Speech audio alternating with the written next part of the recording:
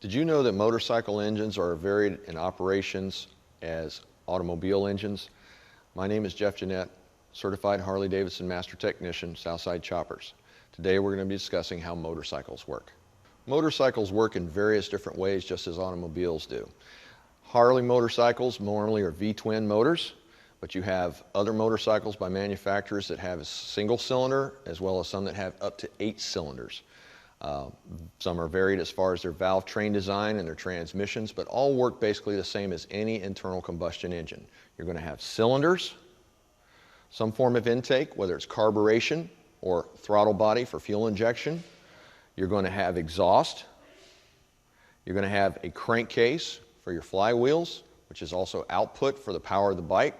You're going to have some form of transference from the crankshaft to your transmission, which is where you're going to change your gears. And again, gears can be anywhere from 3, 4 to 6 speed bikes. And then from the transmission, output to the final drive of the bike. Final drive can be chain, belt, or shaft, depending on the manufacturer and the year of the bike or the type of the bike. But again, they're all basically the same as any internal combustion engine. You're going to have a valve operating system for intake and exhaust. You're going to have pistons that are moving up and down, power strokes and exhaust strokes. You're going to have oil pumps that are driven off the motor. You're going to have an air cleaning system of some type for your intake. And then you're going to have a pipe or exhaust system of some type. This is a little radical, but it works. And then, of course, the transmission. And transmissions, again, numerous speeds for the transmissions. And as far as the shift patterns go, the clutch patterns go, there are all different styles and types out there.